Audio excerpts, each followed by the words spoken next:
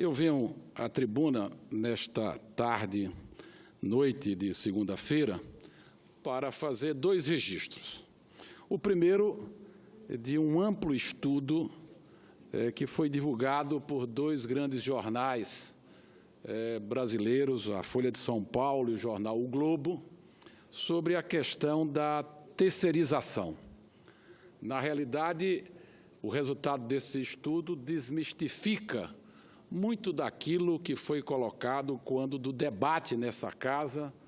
em relação ao processo de terceirização e flexibilização das leis do trabalho. Há pouco mais de 2 meses de a reforma trabalhista entrar em vigor no Brasil, um estudo da Universidade de São Paulo, da USP, mostra que a terceirização não significa precarização do mercado de trabalho, como argumentam as centrais sindicais. De acordo com o estudo, o diferencial de salários da mão de obra terceirizada no Brasil, de autoria dos economistas Hélio Zilberstein, da FEA-USP, e de Eduardo Zilberstein, da FESP-FGV, e Guilherme Stein, da Fundação de Economia e Estatística, Sigrid Emanuel Reiser, o trabalhador que passou para uma empresa terceirizada teve uma perda salarial média de apenas 2,3%. Para se chegar a esse número, explicam os economistas, foram utilizados os dados de cerca de 13 milhões de trabalhadores contidos na Relação Anual de Informações Sociais, a RAIS, do Ministério do Trabalho, entre 2007 e 2014.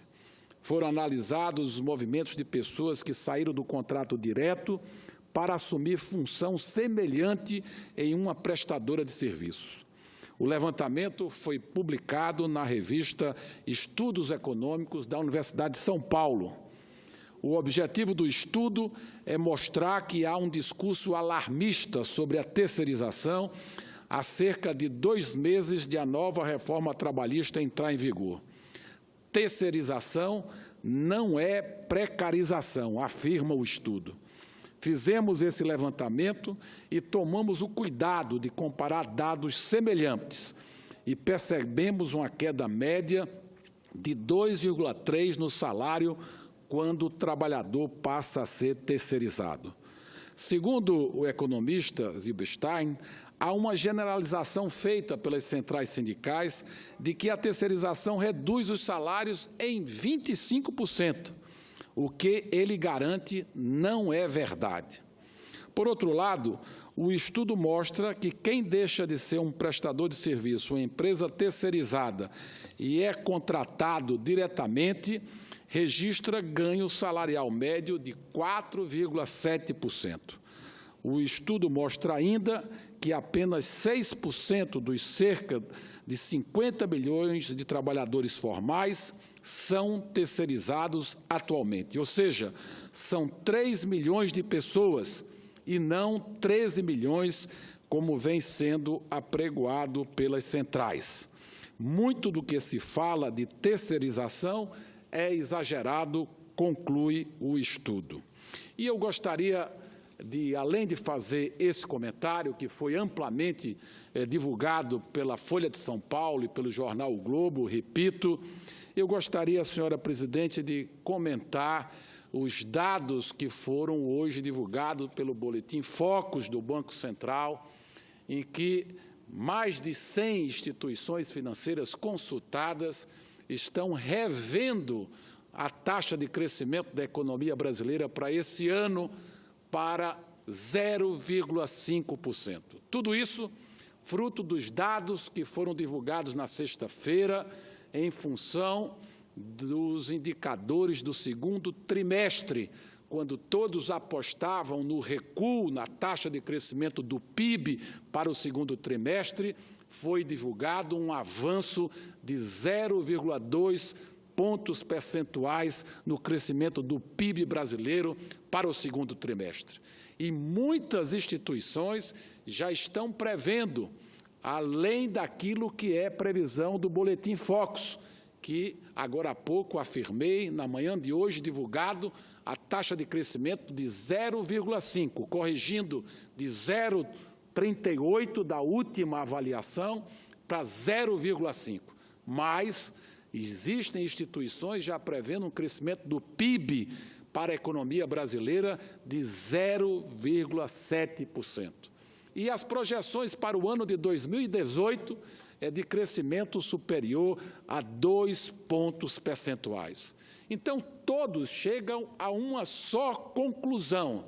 apesar das críticas que aqui são muitas vezes reiteradas, seja na Câmara, seja no Senado, a política econômica do atual governo, ela é vitoriosa no sentido de ter retirado o Brasil da sua mais longa e maior recessão da sua história. Encolhemos quase 10 pontos percentuais do PIB, colocamos na rua mais de 14 milhões de brasileiros e hoje os dados já apontam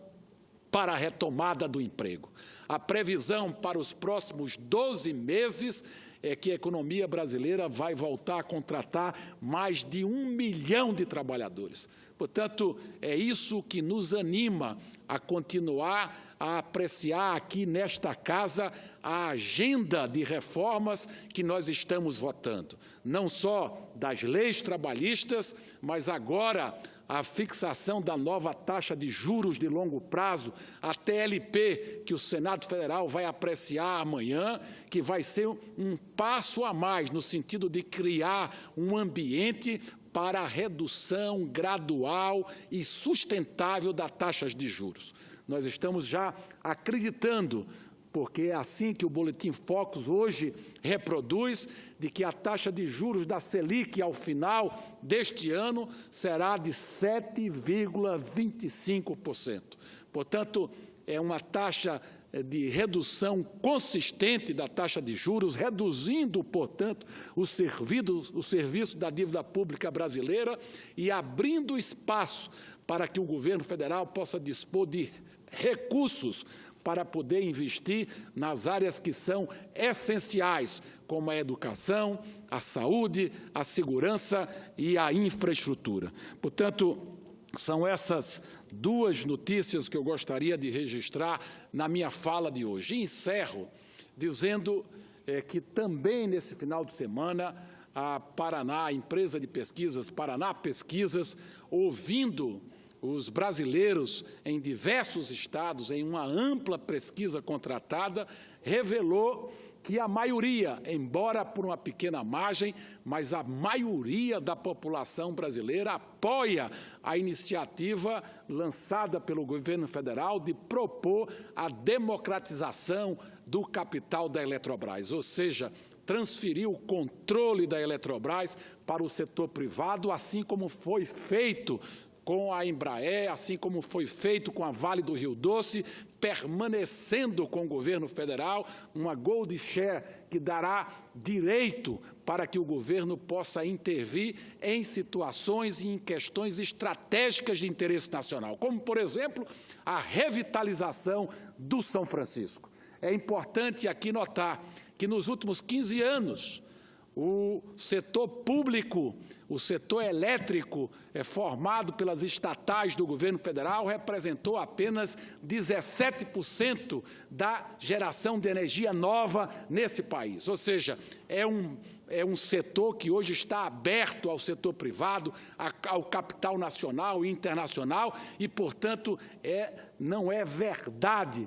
que esta democratização do capital da Eletrobras vai contrariar os interesses importantes para o desenvolvimento da infraestrutura e da economia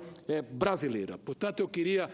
registrar o sentimento que vem da rua, o sentimento retratado nessa pesquisa, que mostra o acerto dessa iniciativa do governo, e é evidente que essa casa terá que debater o modelo, a proposta, os encaminhamentos, e é importante que esse debate seja aprofundado, seja rico, para que a gente possa, sobretudo, nesse modelo que vai ser proposto ao Congresso Nacional, à sociedade brasileira, nós possamos ter recursos para poder revitalizar o Rio São Francisco. No dia de quarta-feira, estaremos fazendo uma audiência pública na Comissão Mista de Mudanças Climáticas para tratar da situação do Rio São Francisco, sobretudo da acumulação de água nos reservatórios da Chesf, que leva a preocupação, sobretudo, no abastecimento dos perímetros irrigados no submédio São Francisco, notadamente na cidade de Petrolina, na cidade de Juazeiro, onde está localizado o maior polo de fruticultura de todo o Brasil. Portanto, é com essa esperança, essa expectativa que o debate poderá clarear